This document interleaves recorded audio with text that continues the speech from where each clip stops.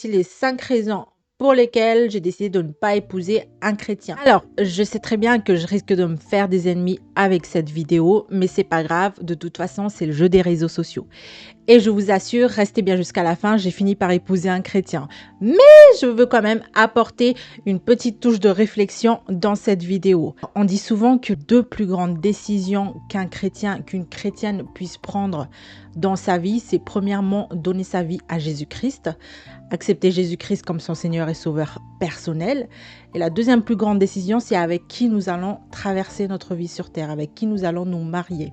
On nous a toujours rabâché avec ces 2 grandes décisions, mais dans les faits, dans la réalité, en tout cas au niveau de la pratique, c'est beaucoup plus compliqué que ça. Je m'explique. Je tiens à préciser aussi que dans cette vidéo, je parle uniquement de mon vécu personnel, de mon expérience. Je n'en fais pas du tout une doctrine. Je n'inciterai jamais une sœur en Christ à épouser un non-croyant. La Bible est claire là-dessus. Il n'y a pas de rapport entre la lumière et les ténèbres. On n'a pas à se mettre sous un joug étranger. Mais avant d'aller plus loin, je t'invite à t'abonner à ma chaîne YouTube si ce n'est pas encore fait. Ici, je parle de foi, de société, d'apologétique culturelle. Alors, n'hésite pas à cliquer sur la cloche et d'activer les notifications. Pour revenir donc aux 2 plus grandes décisions qu'un être humain puisse faire. Numéro 1, on avait dit que c'était donner sa vie à Jésus-Christ, reconnaître le Seigneur Jésus comme son Seigneur et Sauveur personnel. Et la plus grande décision, la deuxième plus grande décision, c'est avec qui on va se marier. Mes débuts de mois de conversion, mes propres parents biologiques ainsi que mes grandes sœurs m'ont donné 2 ans dans le Seigneur Jésus-Christ. Je répète leurs propos, ils m'ont dit: on te donne 2 ans avec ton Jésus et ta secte évangélique et tu vas abandonner ton Jésus. Ça fait juste 11 ans que je marche avec le Seigneur Jésus. Je n'ai toujours pas abandonné le Seigneur jusque-là, mais bon, bref. Vu les problèmes que j'ai encaissés suite à ma conversion, j'ai compris que le mariage, c'était un autre game.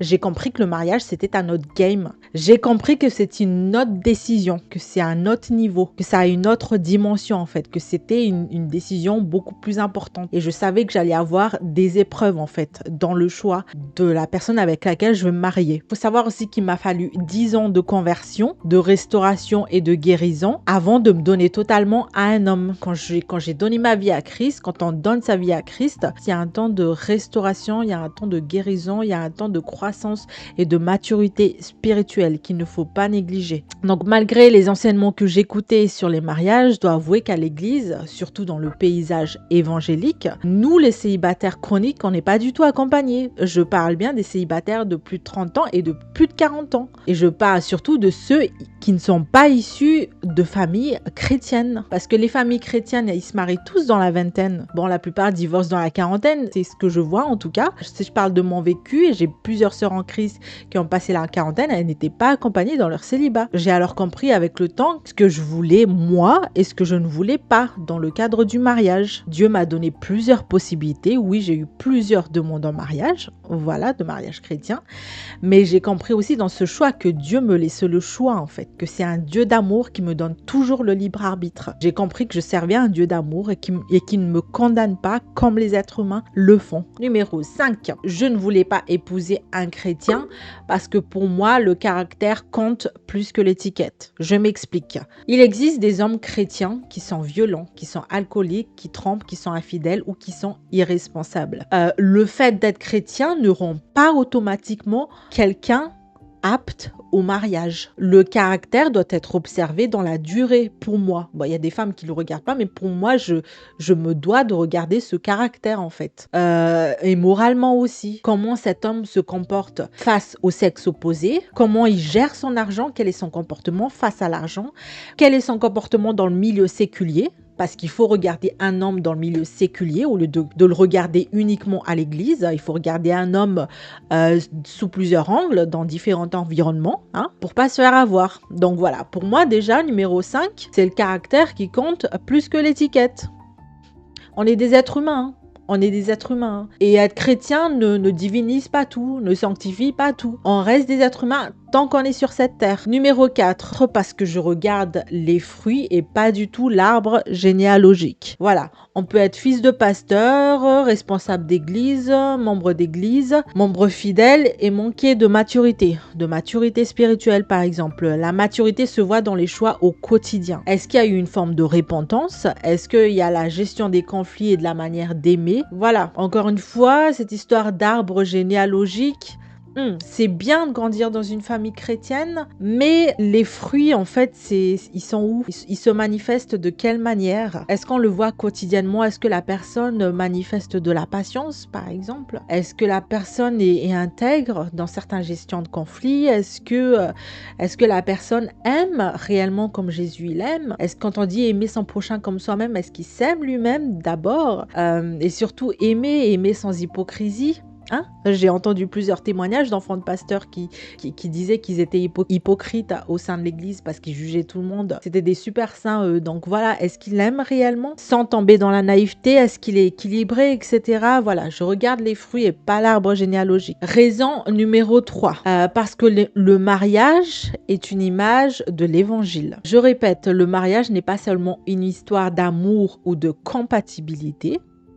Il est censé montrer au monde l'amour de Christ, sa fidélité, sa grâce, son alliance avec son peuple. Si un homme est donc violent, manipulateur, infidèle ou égoïste, même en se disant chrétien, parce que oui, ça existe, il déforme cette image. Pour revenir à l'histoire de mon mari et moi je l'ai rencontré, le monsieur, il n'était pas chrétien. Hein, et j'étais prête à l'épouser. J'étais prête à l'épouser parce qu'il avait un amour sacrificiel envers moi. C'était une personne de très serviable qui renonçait à lui-même pour me faire du bien. C'est-à-dire que je sais pas qu'est-ce qui s'est passé, mais la première fois que je l'ai vu, pour moi, c'était j'avais la crainte de Dieu. Je voyais Jésus-Christ en lui, j'avais la crainte de Dieu. À cette période-là, moi, je me disais, moi, je l'ai rencontré dans le cadre dans le cadre professionnel, hein, dans mon lieu de travail. Quand j'ai vu cet homme, la première fois, quand j'ai appris à le connaître, parce que nous étions amis avant, hein, voilà, c'est très important de le dire. Pour moi, je me suis dit, cet homme, en fait, c'est le genre d'homme, c'est un pigeon, en fait. Les gens du monde, les païennes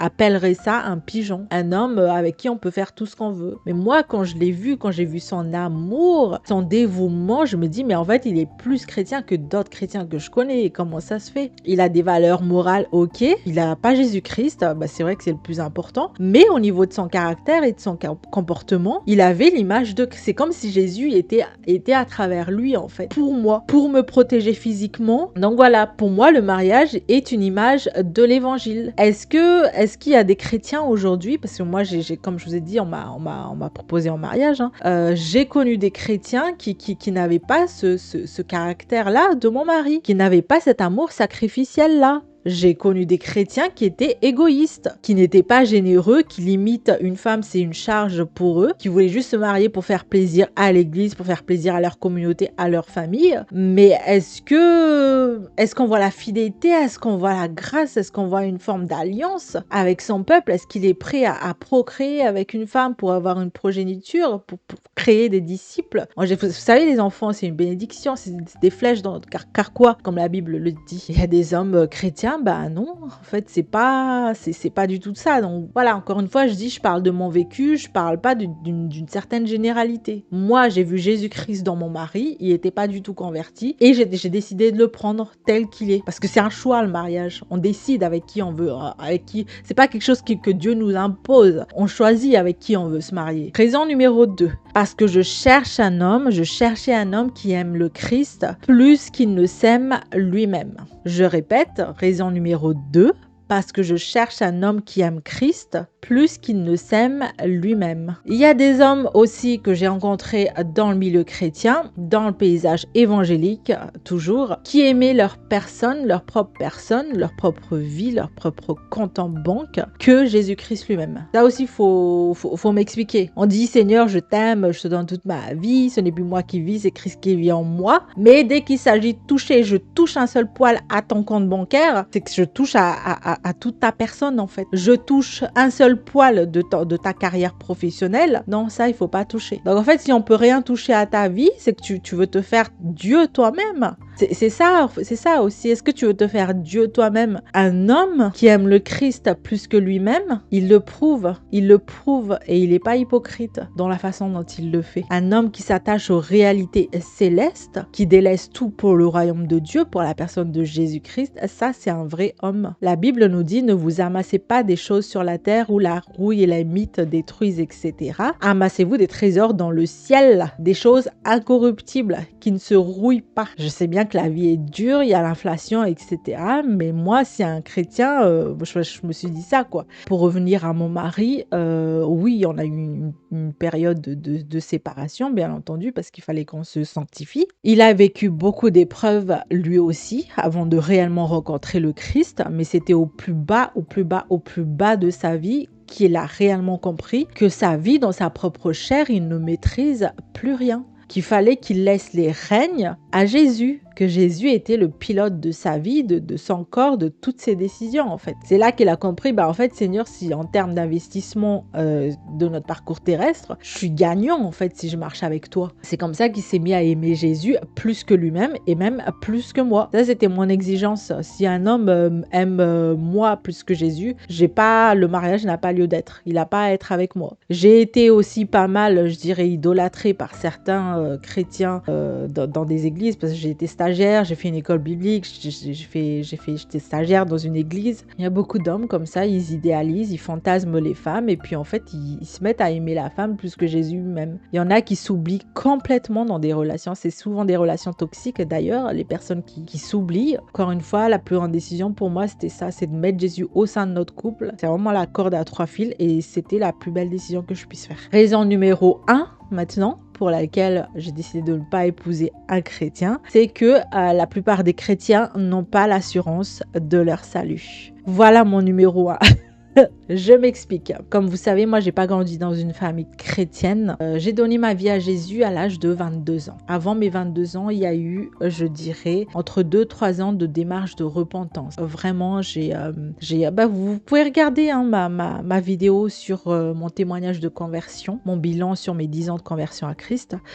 Faut savoir que quand j'ai donné ma vie à Christ en 2015, j'ai commencé à fréquenter l'église. Donc c'était une assemblée de Dieu, une église évangélique pentecôtiste. Voilà, j'ai été membre de ce mouvement pendant 5-6 ans. Et par la suite, j'ai quitté ce mouvement pour aller dans le milieu baptiste, que ce soit en France, à Madagascar ou en Suisse. En tout cas, j'ai toujours, au sein des églises, j'ai toujours senti que j'étais une orpheline en fait. De par le fait que mes parents, que ma famille n'est pas convertie, que j'étais la seule chrétienne de ma famille. Bon, ma petite sœur est venue à Christ, ma meilleure amie est venue à Christ. Mais dans la vie au quotidien, dans le soutien moral, émotionnel, affectif qu'une jeune femme de 21 ans, 22 ans, 23 ans puisse avoir, j'étais seule. J'étais OK dans mon identité en Christ, j'avais l'assurance de mon salut, etc. Mais au sein de l'église, de ce qui est censé être la famille de Dieu, souvent c'était des familles chrétiennes déjà constituées en fait, déjà normalement constituées. On se demande toujours où est notre place en fait, même si on nous manifeste de l'amour. Et donc c'est à partir de là aussi que j'ai remarqué que c'est à partir de là, donc en observant les familles chrétiennes au sein des églises que j'ai fréquentées, c'est là que j'ai capté aussi que dans certaines familles chrétiennes, même si elles ont des bonnes valeurs, etc., pas tout le monde n'a donné sa vie à Christ en fait. Pas tout le monde n'est réellement né de nouveau. La plupart des chrétiens qui m'ont aussi demandé en mariage avant que j'épouse mon mari, la plupart de ces chrétiens-là ne savaient pas s'ils étaient réellement nés de nouveau, s'ils avaient l'assurance de leur salut. Je m'explique. Vous savez que je suis aussi formatrice formatrice évangélisme explosion. J'ai eu un diplôme que j'ai accroché ici. En d'autres termes, il y a des gens qui ont des diplômes pour être pasteur. Moi, j'ai un diplôme pour être évangéliste, pour être formatrice d'évangéliste, pour le discipulat, etc. On nous a appris dans ce programme comment articuler son témoignage de conversion en 3 temps. Avant Christ, comment tu étais. Pendant que tu rencontres le Christ, comment tu étais. Et après le Christ, qu'est-ce qui découle de ta vie. Quand je pose ces questions-là, donc je remercie Seigneur vraiment pour cette formation que j'ai eue, parce que c'est quelque chose que je mets en application chaque jour maintenant. Quand j'ai rencontré mes ex-fiancés, donc quand je leur ai posé ces questions-là, la plupart c'était il y avait un pasteur stagiaire et un enfant de pasteur, sachant que le pasteur stagiaire il est plus pasteur aujourd'hui et il a grandi dans une famille chrétienne aussi. Ils savaient pas s'ils étaient réellement convertis ou pas. Pour eux, ils étaient nés dans une famille chrétienne et puis basta. Bah non en fait. Non, ça suffit pas de dire ça en fait. T'as donné ta vie à Christ, mais que c'était quand exactement? On ne naît pas chrétien, on le devient quand t'es sorti de ta maman là. T'étais pas chrétien directement, hein. Faut arrêter. Hein. Il s'est passé quoi? T'as donné ta vie à Christ quand t'avais 3 ans, mais je pense pas que t'as une mémoire vive pour te rappeler de ça en fait. Oui, ta maman t'a consacré dans son ventre, mais t'as forcément vécu une relation, une expérience personnelle avec ce Jésus-Christ. Et on est capable de l'articuler, de le parler, de développer un langage avec nos propres mots, certes. J'ai appliqué cette méthode, donc ma formation EE avec d'autres personnes de mon église. En Suisse, par exemple, il y avait un jeune homme qui m'a expliqué qu'il a donné sa vie à Christ. Il se rappelle, ça y est, parce que je l'ai décortiqué aussi. Il se rappelait qu'il a donné sa vie à Christ à l'âge de 9 ans dans un camp chrétien. Voilà, il a grandi dans une famille de 10 enfants. Il y a des familles suisses qui sont comme ça, hein, ils sont 10. Une famille chrétienne, darbiste, voilà, très bien. Et il a jamais compris le délire de ses parents ni de ses grands frères, ses grandes sœurs avec la foi chrétienne. Jusqu'à ce qu'il aille faire une colo chrétienne et qu'il a réellement compris le message de la croix et qu'il a ensuite été revêtu de la puissance du Saint-Esprit, qu'il a reçu le baptême du Saint-Esprit et il s'est repenti. Et depuis lors, il a mon âge aujourd'hui, il a compris qu'il a vraiment donné sa vie à Christ. Et ça, c'était à l'âge de 9 ans. Et il était capable de le dire, de l'articuler avec ses mots. Qu'est-ce qui s'est passé avant sa vie à Christ, pendant qu'il rencontrait le Christ, et après, qu'est-ce qui se passe dans sa vie après avoir rencontré le Christ. Voilà, donc ça, vous voyez, il faut pas ajouter foi à tout esprit. Quand j'entends des chrétiens, là, j'ai entendu récemment une femme, hein, voilà, qui s'est fait tromper par son mari, elle a pardonné, etc. Quand j'écoute ce genre de témoignage, je me dis, bah en fait, est-ce qu'il était chrétien? Quand j'entends des sœurs qui se plaignent des blessures, des trahisons qu'elles ont eues au sein de l'église même, je me dis, bah, est-ce qu'ils étaient chrétiens en fait? Donc une fois que j'ai compris ça, donc ce dysfonctionnement dans certaines familles chrétiennes que j'ai rencontrées dans plusieurs églises, là je me suis dit, Seigneur, en fait, vu comme c'est la deuxième plus grande décision qu'on puisse faire sur cette terre, Seigneur, je veux une chose de ta part. Voilà, je me rappelle de cette promesse. Je me rappelle de cette promesse. J'ai dit au Seigneur, j'avais quelques mois, j'étais un bébé spirituel, j'ai dit au Seigneur, ne me laisse pas épouser un homme tant que ce n'est pas le même scénario qu'Adam et Ève au jardin d'Éden. Je m'explique. Ève a été créée à partir de la côte d'Adam. Nous sommes d'accord. Dieu a créé le ciel, la terre, etc. La lune, le jour, la nuit, les animaux, les bêtes des champs, etc. Il a vu qu'Adam se sentait seul. Il a dit, il n'est pas bon que l'homme soit seul. Je lui ferai une aide semblable. Il a mis Adam dans un sommeil profond. Pendant qu'il dormait, il a pris sa côte, il a créé Ève. Quand Ève, elle a été créée à partir de sa côte, elle a fait quoi quand elle s'est réveillée? Ça, la Bible ne le mentionne pas. Mais en fait, elle a fait le tour du jardin d'Éden, en fait. Elle a remarqué toute sa vie quelles étaient les activités de ce monsieur-là. Elle a regardé, ah bah ça, en fait, c'est un babouin, ça, c'est une girafe, ça, c'est le jour, ça, c'est la nuit, on sait pas. La Bible ne mentionne pas combien de temps il a dormi Adam. Attention, hein. Pendant qu'elle visitait tout cela, elle a aussi observé Adam. Elle a aussi observé ses défauts et ses qualités. Quand elle l'a vu, il était tout nu, il dormait. Elle devait se dire, waouh, quelqu'un qui me ressemble. Waouh, mais c'est juste qu'il est un peu différent. Ah, mais il ronfle. Ah, mais ses dents sont bizarres. Ah, mais pourquoi il est comme ça? Elle a eu le temps de tout observer. Tout observer. Et là, boum, il se réveille. Le gars, il dit, waouh, les os de mes os, la chair de ma chair. À partir de là, je me suis dit, ok, Seigneur, moi, en fait, puisque le mariage, c'est une décision très importante. Après avoir donné sa vie à Christ, je veux épouser un homme qui ne t'a pas connu, qui t'a connu et qui te sert. Donc en gros, je veux une personne qui vivait dans le monde, qui rencontre réellement Jésus-Christ, que je vois sa conversion de A à Z et je veux voir comment il se comporte après. Et 10 ans après, Dieu m'a exaucé. Enfin, 8 ans après, parce que nous étions amis.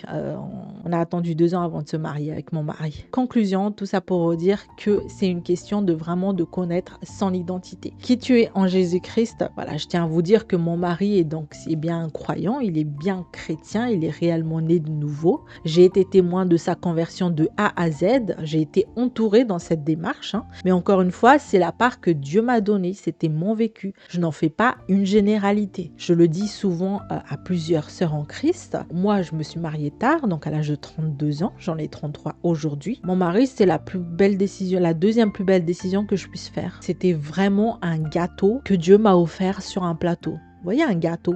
Un gâteau avec plein de crème et tout, les fondations, j'aimais tout. Son caractère, son comportement, je vous ai dit tout à l'heure que la première fois que je l'ai vu, je voyais Jésus-Christ en lui, que j'avais la crainte de Dieu alors qu'il n'était pas du tout chrétien. Moi, ce gâteau que Dieu m'a donné, il me plaisait. J'étais prête à l'épouser tel qu'il était. Et c'était quoi? La cerise sur le gâteau? Dieu a mis une cerise sur ce gâteau et cette cerise sur le gâteau, c'est Jésus-Christ. Et ça embellit tout le gâteau. Du début jusqu'à la fin, ça embellit tout le gâteau. Il n'était pas pour moi, il n'était pas obligé de donner sa vie à Christ. Il n'était pas obligé de se convertir. Il l'a fait et c'est encore mieux. Dieu m'a béni infiniment au-delà de tout ce que j'ai demandé. Donc voilà les 5 raisons pour lesquelles je n'ai pas voulu épouser un chrétien. Mon but c'est de vous édifier pour certaines femmes célibataires qui ne sont pas encore mariées. Encore une fois, je ne vous incite pas à épouser un incroyant. J'ai entendu plusieurs témoignages de plusieurs femmes qui ont épousé des incroyants, que ça se passe très bien, d'autres ça se passe très mal. Moi je rends grâce à Dieu de ce que mon mariage est dans le Seigneur et purement dans le Seigneur aujourd'hui. Et pour les femmes mariées, je ne sais pas si vous êtes d'accord avec moi, écrivez un commentaire en dessous de cette vidéo. Encore une fois, tout mon vécu, mon expérience, je n'en fais pas une doctrine, c'est juste une réflexion que je souhaite apporter aux yeux de l'Église, notamment dans le paysage évangélique. Encore une fois, qu'est-ce que t'en penses toi? Dis-le moi en commentaire ce que t'en penses du mariage avec un incroyant. Je te fais de gros bisous et n'hésite pas à t'abonner à ma chaîne. Ciao, ciao!